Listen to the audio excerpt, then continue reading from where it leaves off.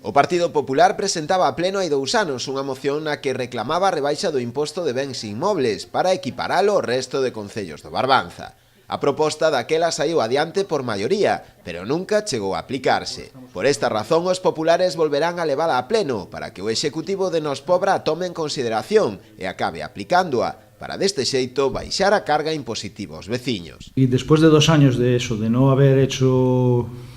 respetado la voluntad de la mayoría del Pleno, donde se aprobó esa moción, donde el equipo, tanto el alcalde como la concejala de Economía, lo que dijeron fue que estaban de acuerdo en bajar la tasa impositiva, pero que no estaban de acuerdo en hacerla de forma igualitaria para todo el mundo, entonces que pretendían establecer una tabla progresiva. Después de 2 años esperando que trajeran su propuesta, no aparece, y creemos que